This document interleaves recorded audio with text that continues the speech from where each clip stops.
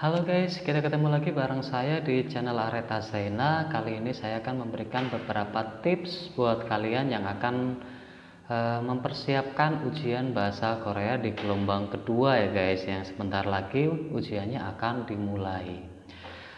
Selain persiapan belajar, persiapan yang harus kalian persiapkan adalah yang pertama, kalau mau mengikuti ujian, minta doa restu dulu kepada kedua orang tua ya guys. Minta doakan ke orang tua biar ujiannya nanti berjalan dengan lancar, perjalanannya juga lancar dari mulai ke rumah, dari sampai ke tempat ujian berjalan dengan lancar, ujiannya juga nanti lancar, mendapatkan hasil yang memuaskan.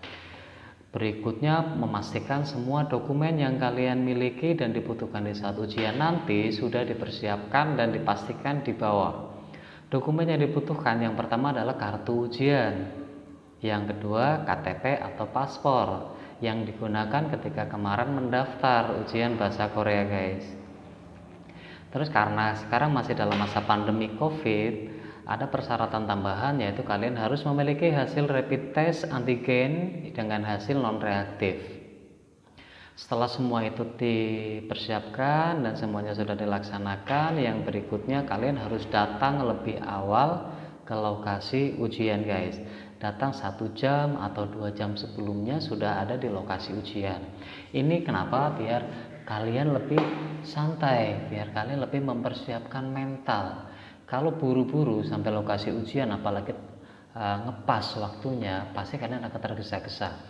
Kalau tergesa-gesa nanti hasilnya pun nanti tidak maksimal.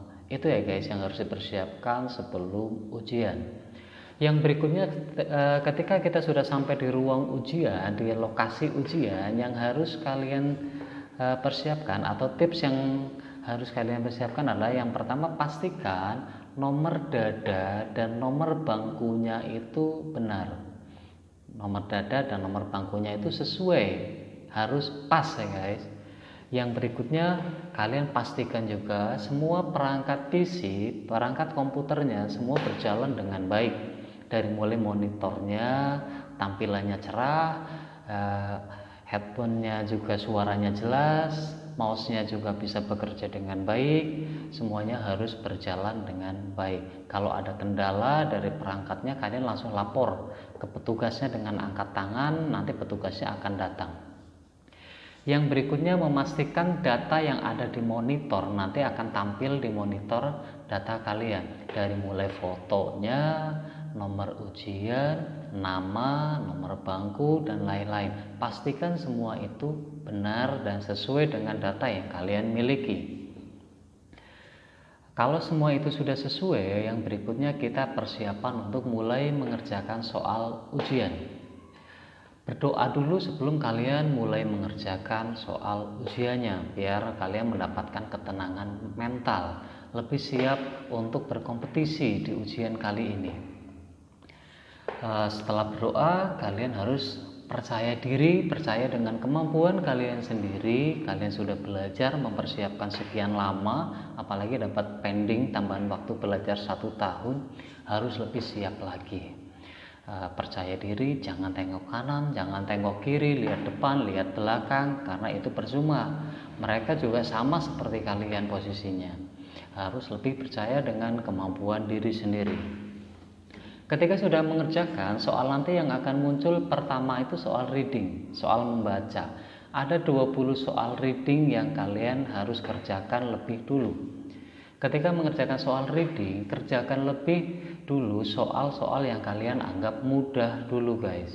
Pilih dulu soal yang lebih mudah.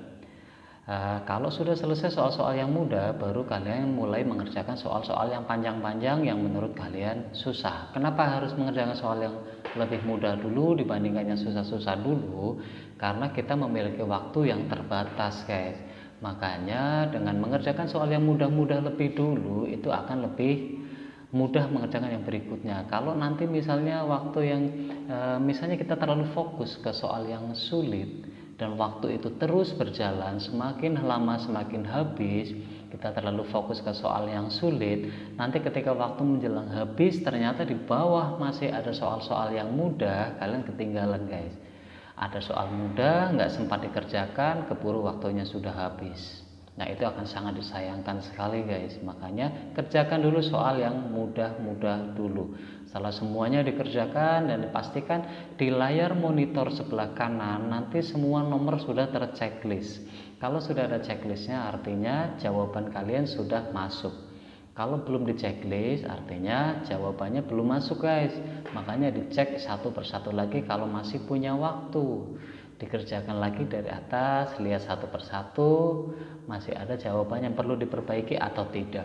Kalau sudah yakin semuanya, kita tinggal tunggu waktunya habis dan akan mulai soal yang berikutnya, soal listening dari mulai soal 21 sampai 40. Untuk soal listening, usahakan listening ini akan diperdengarkan 2 kali.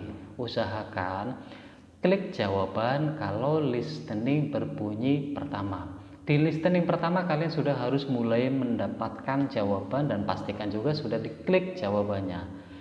Kenapa harus diklik di jawaban pertama? Karena kalau kalian menunggu di jawaban yang kedua, di listening yang kedua, kita khawatirkan belum selesai diklik tapi soal sudah berubah.